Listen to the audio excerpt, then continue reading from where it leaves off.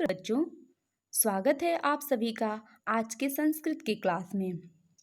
बच्चों, आज हम सभी क्लास 6 संस्कृत के पाठ 9 सह कमलेन कलमेन लिखति का अध्ययन करेंगे। बच्चों, इसके पहले पाठ यानी पाठ 8 में हम सभी ने कर्म कारक द्वितीय विभक्ति का अध्ययन किया था। आज के इस पाठ में करण कारक तृतीया विभक्ति का अध्ययन हुआ है। चूंकि हम सभी करण कारक पर चर्चा करने जा रहे हैं, इसलिए हमारे लिए जरूरी है कि हम सभी जानें कि कारक क्या होते हैं। कारक कारक 7 प्रकार के होते हैं। कर्ता, कर्म, करण, संप्रदान, अपादान, संबंध और संबोधन। इनका चिन्ह क्या होता है और इनका प्रयोग कैसे होता है, इसके पहले पाठ में आपने कर्म कारक का प्रयोग देखा था, जिसका चिन्ह था को। करण कारक पर चर्चा करते हैं। कर्ता ने यानी जो कर्ता कारक होता है उसका चिन्ह होता है ने। कर्म को करण का होता है से द्वारा। संप्रदान के लिए, अपादान से अलग होने के अर्थ में। संबंध का के की रा रे री, अधिकरण में पै पर और संबोधन हे ओ अरे ओह। जब आप इनका प्रयोग देखेंगे तब आपको स्पष्ट हो जाएगा कि इनका प्रयोग कैसे किया जाता है और इन चिन्हों का प्रयोग वाक्य में कैसे होता है। जैसे आज हम सभी करण कारक का अध्ययन करने जा रहे हैं। करण मतलब इसका जो चिन्ह होता है वो होता है से या द्वारा। बच्चों, किसी भी कार्य को करने के लिए कोई ना कोई साधन अवश्य होता है। जैसे लिखने का कार्य किससे किया जाता है? कलम से। जब हम इस पाठ का अध्ययन करेंगे अभी, तब हमें समझ में आ जाएगा कि इसका प्रयोग कैसे किया जाता है। तो आइए अब हम सभी पाठ पर चर्चा करते हैं। पाठ 9 सह कलमेन लिखति। सह वह, कलमेन कलम से या कलम के द्वारा, लिखति लिखता है या लिखती है, वह कलम के द्वारा लिखती है। क्रीडामि कन्दुकेन लिखामि कलमेन, खादामि हस्तेन वादामि मुखेन। क्रीडामि कन्दुकेन, कंदुक मतलब गेंद के द्वारा खेलना। लिखाने कलमेन, कलम के द्वारा लिखना। खादामि हस्तेन, हाथ के द्वारा खाना। और वादामि मुखेन यानी मुख से या मुख के द्वारा बोलना। अब इन प्रश्नों के उत्तरों पर आप ध्यान देंगे। किससे खेलता हूँ? हमारा जो उत्तर आता है वह कंदुकेन यानी गेंद से। किससे लिखता हूँ? कलमेन यानी कलम से। किससे खाता हूँ? हस्तेन हाथ से। किससे बोलता हूँ? मुखेन यानी मुख से। क्या बिना साधन के कोई कार्य संभव है? नहीं। आप देख रहे हैं ऊपर सभी वाक्यों में कार्य को करने के लिए किसी न किसी साधन की आवश्यकता पड़ी। जैसे खेलने के लिए गेंद की, लिखने के लिए कलम की, खाने के लिए हाथ की और बोलने के लिए मुख की। यही है करण। यानी किसी भी कार्य को करने के लिए जब किसी की आवश्यकता होती, किसी साधन की, यानी कोई भी कार्य जब हम किसी साधन के द्वारा संपन्न करते हैं तो वहां पर करण कारक का प्रयोग किया जाता है।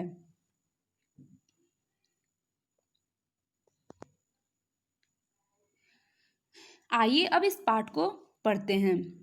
छात्र लिखति, छात्र लिखता है। छात्र लेखम लिखति, छात्र लेख लिखता है।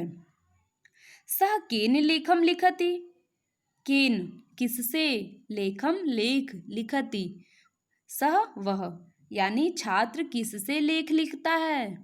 सः कलमेन लेखम लिखति, वह कलम से, कलम के द्वारा लेख लिखता है। आप देख रहे हैं कि इस वाक्य में छात्र लिखने का कार्य कलम से कर रहा है, कलम के द्वारा कर रहा है, यानी लिखने का कार्य कलम से संपन्न हो रहा है, अर्थात यहाँ पर करण कारक है।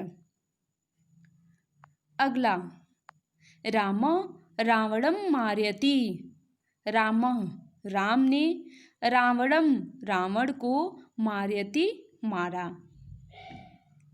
राम बाणेन रावणम मारयति, राम, राम बाणम, बाण से, रावणम मारयति, रावण को मारते हैं। किससे मारते हैं? बाण से, यानी रावण को मारने का कार्य किससे किया गया? बाणेन, बाण से। यहाँ पर भी आप देख रहे हैं इस वाक्य में बाण के द्वारा ही रावण का वध होता है, रावण को मारा जाता है। गजः जलम पिबति, गजः हाथी, जलम जल, पिबति पीता है, हाथी जल पीता है। सह शुंडेन जलम पिबति, सह वह, शुंडेन सूंड से, जलम जल, पिबति पीता है, यानी वह जल पीने का कार्य शुंडेन, सूंड से कर रहा है। बालकः क्रीडति, लड़का खेलता है, बालकः कन्दुकेन क्रीडति, बालक गेंद से, गेंद के द्वारा, क्रीडति खेलता है। सः कन्दुकम क्षिपति, वह कन्दुकम गेंद को, क्षिपति फेंकता है, वह गेंद को फेंकता है। सः हस्तेन कन्दुकम क्षिपति, वह हाथ से, हाथ के द्वारा, कन्दुकम गेंद को, क्षिपति फेंकता है, यानी गेंद फेंकने का कार्य बालक किससे कर रहा है? तो हमारा उत्तर आ रहा है हाथ से, हाथ के द्वारा।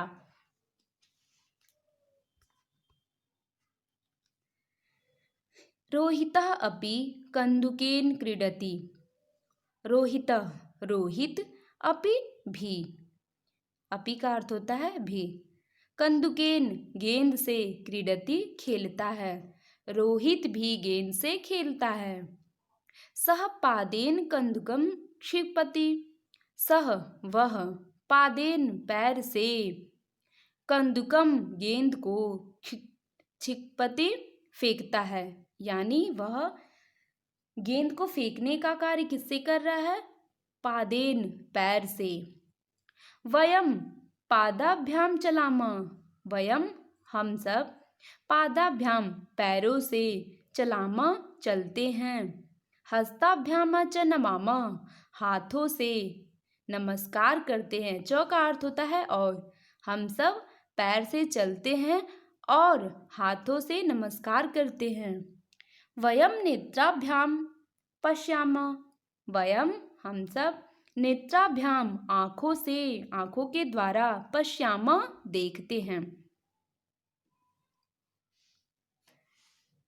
बालाः बालैः सह क्रीडन्ति, बालाः बच्चे, बालैः मतलब बाल से, सह, सह होता है साथ, क्रीडन्ति खेलते हैं, बालक गेंदों के द्वारा खेलते हैं। त्वम कैसः क्रीडसि, तुम किससे खेलते हो, किसके द्वारा खेलते हो? अहम मित्रैः सह क्रीडामि, अहम मैं, मित्रैः मित्र, सह साथ, मैं मित्र के साथ, क्रीडामि खेलता हूँ। वयम आनंदेन क्रीडामः, हम सब आनंद पूर्वक, आनंद के द्वारा, क्रीडामः खेलते हैं। बच्चों इस वाक्य में देखेंगे रोहितः अपि कन्दुकेन क्रीडति, उसके नीचे दिया है सह पादेन क्षिपति, अगर सह दिया है तो उसके साथ क्रिया में देखेंगे फेंकने के अर्थ में फेंकने के अर्थ में आता है क्षिपति। क्यों? क्योंकि जो स है वह क्या है, प्रथमा विभक्ति का है। सह तौते, त्वम युवाम युवम और अहम आवाम वयम, यह होता है। यानी सह के साथ क्षिपति का प्रयोग हुआ है।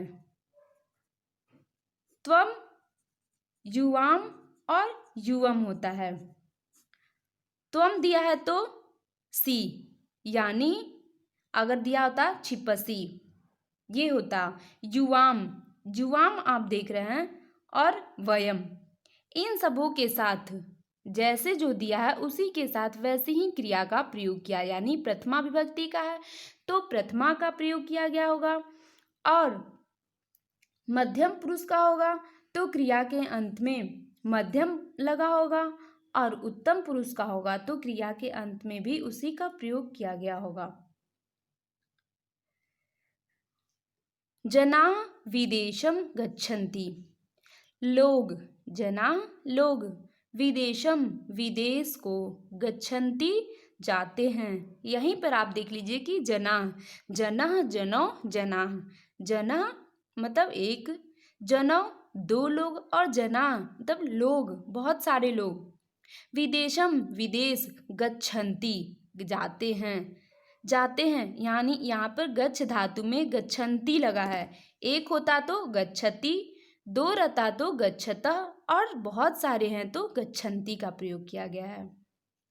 ते केन यानेन विदेशम गच्छन्ति, ते वे, ते किसके लिए प्रयोग किया गया? जनाह के लिए। केन किससे, यानेन यान के द्वारा, विदेशम गच्छन्ति जाते हैं, वे किस यान के द्वारा विदेश जाते हैं? ते वायुयानेन विदेशम गच्छन्ति, वे वायुयानेन यानी हवाई जहाज से विदेश जाते हैं। यहाँ पे भी आप देख रहे हैं कि जना, जाने का कार्य किससे किया जा रहा है? वायुयानेन, हवाई जहाज से। यहाँ पर भी करण विभक्ति का ही प्रयोग दिखा जा रहा है।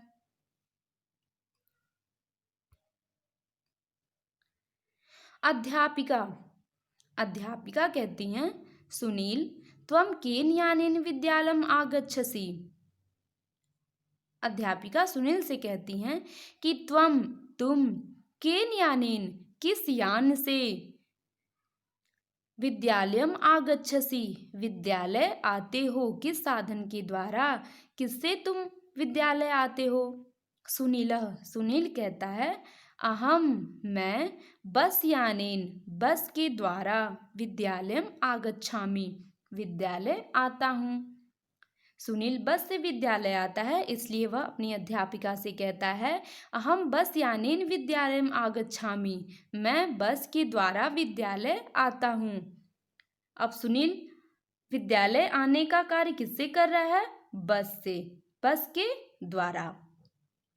अध्यापिका, अध्यापिका संदीप से कहती हैं, संदीप त्वं कथम आगच्छसि, त्वं तुम, कथम कैसे, आगच्छसि आते हो, तुम कैसे आते हो? संदीपः, संदीप कहता है, आर्य, तब आर्य जो बड़ा होता है उसको आर्य से संबोधित किया जाता है। आर्य अहम सुनीलेन सह आगच्छामि, अहम मैं, सुनीलेन सुनील, सह साथ, किसी के साथ, सुनील के साथ, आगच्छामि आता हूँ। जो संदीप है वह सुनील के साथ आता है, इसलिए वह बोलता है अपनी अध्यापिका से, आर्य अहम सुनीलेन सह आगच्छामि, मैं सुनील के साथ आता हूँ। अध्यापिका कहती हैं, शोभनम अच्छा, सीमा समीरः च पादाभ्याम आगच्छतः, सीमा समीर च, सीमा और समीर, पादाभ्याम मतलब पैरों से, आगच्छतः आते हैं। बालकः दूरवीक्षणं पश्यति, बालकः बालक लड़का, दूरवीक्षणम टीवी, पश्यति देखता है, लड़का टीवी देखता है। सः दूरभाषेण वार्तालापम अपि करोति, सः दूरभाषेण, दूरभाषेण टेलीफोन से, वार्तालापम बात, अपि भी करोति करता है। वह टीवी देखता है और क्या करता है? दूरभाषेण टेलीफोन के द्वारा वार्तालापम अपि करोति, बात भी करता है। सः केन सह वार्ताम करोति, वह केन सह किसके द्वारा बात करता है? सः मित्रेण सह वार्ताम करोति, सह वह मित्रेण मित्र के साथ वार्ताम बात करोति करता है, वह मित्र के साथ बात करता है। सह स्नेहेन आलपति, वह स्नेह से स्नेहपूर्वक आलपति बात करना, आलपति का अर्थ होता है बात करना, यानी वह अपने मित्र से स्नेहपूर्वक बात करता है। एतत् संगणकम, एतत् यह संगणकम संगणक है। बालिका कार्यम करोति, लड़की कार्य करती है। सा केन कार्यम करोति, वह किससे कार्य करती है? सा संगणकेन कार्यम करोति, सा चूंकि सा स्त्रीलिंग के लिए प्रयोग किया गया है, बालिका के लिए, इसलिए सा का प्रयोग किया गया है। सा संगणकेन कार्यम करोति, वह कंप्यूटर के द्वारा कार्यम करोति कार्य करती है। तो बच्चों आपने देखा सभी वाक्यों में करण विभक्ति का प्रयोग किया गया है, तृतीया विभक्ति। जैसे आपने देखा कि जो प्रथमा विभक्ति होती है, बालक शब्द का रूप से हम आपको बताते हैं कि प्रथमा विभक्ति जो बालक शब्द का रूप चलता है, बालकः बालकौ बालकाः, एक बालक के लिए बालकः, दो के लिए बालकौ और बहुवचन में यानी बहुत सारे बच्चों के लिए बालका। ऐसे ही द्वितीया विभक्ति में बालकम बालकौ बालकान, और जो तृतीया विभक्ति यानी जो आप करण पढ़ रहे हैं उसमें होता है बालकेन बालकाभ्याम बालकः। इन तीनों का प्रयोग यानी तृतीया विभक्ति बालकेन बालकाभ्याम बालकः, इन सभी का प्रयोग आपने इस पाठ में पढ़ा। यानी किसी भी कार्य को करने के लिए हमें कोई ना कोई साधन अवश्य, किसी भी कार्य को करने के लिए हमें किसी न किसी साधन की आवश्यकता अवश्य पड़ती है। आपने देखा कि खेलने के लिए, पढ़ने के लिए, जाने के लिए, इन सभी चीज़ों के लिए हमें किसी न किसी चीज़ की आवश्यकता पड़ी। आपने इस पाठ में विभिन्न प्रकार के शब्दों का अर्थ जाना, अव्ययों का प्रयोग जाना, जैसे अपि था अव्यय, इन सभी का प्रयोग जाना। सह ये भी एक अव्यय है, कथम ये भी है, इन सबों का अर्थ और उसके सारथी संज्ञा पद, अभी आप देखेंगे संज्ञा पदों का भी जाना। अब हम आते हैं धातव्यम पर। धातव्यम यानी जो पाठ के अंतर्गत मुख्य बिंदु आए थे। करण कारक तृतीया विभक्ति का प्रयोग क्रिया के साधन में अर्थात से अथवा द्वारा के अर्थ में होता है। यथा सह कलमेन लिखति, आपने देखा कि करण कारक इसमें क्या था, कोई ना कोई साधन का प्रयोग था, और से अथवा द्वारा यानी कोई भी कार्य किसी के द्वारा ही संपन्न हुआ। जैसे सह कलमेन लिखति, वह कलम के द्वारा लिखता है। शब्द रूप बालकेन बालकाभ्याम बालकः, यानी तृतीया विभक्ति में करण कारक में होता है बालकेन बालकाभ्याम और बालकः। सह के योग में तृतीया विभक्ति होती है। अगर मित्रेण सह, सह आपने देखा कि इसमें था सह मित्रेण सह वार्ताम करोति, वह मित्र के साथ बात करता है या बात करती है, तो साथ के अर्थ में तृतीया विभक्ति का प्रयोग होता है, इसलिए इस पाठ में करण के साथ सह का प्रयोग किया गया था। चौथा बिंदु आप ध्यान देंगे, प्रश्न में कथम यानी केन एक वचन का प्रयोग। यथा सह कथम खादति, वह कैसे खाता है। सह केन क्रीडति, वह किसके कैसे खेलता है, यानी जो केन है वो प्रथमा है और जो स है वो भी प्रथमा है, और क्रीडति, ये तीनों प्रथमा विभक्ति का प्रयोग है। तृतीया विभक्ति से पुल्लिंग तथा नपुंसक लिंग शब्दों के रूप में एक समान होता है, जैसे छात्रेण छात्राभ्याम, मित्रेण मित्राभ्याम। छात्र पुल्लिंग है और मित्र नपुंसक है, लेकिन तृतीया विभक्ति में चाहे वो पुल्लिंग हो और नपुंसक लिंग, इनका रूप एक समान चलता है, जैसे छात्रेण छात्राभ्याम और मित्र का मित्रेण मित्राभ्याम। बच्चों, अब हम एक बार शब्दार्थ पर चर्चा करते हैं कि इस पाठ के अंतर्गत कौन से संज्ञा पद, सर्वनाम, क्रिया, अव्यय आए।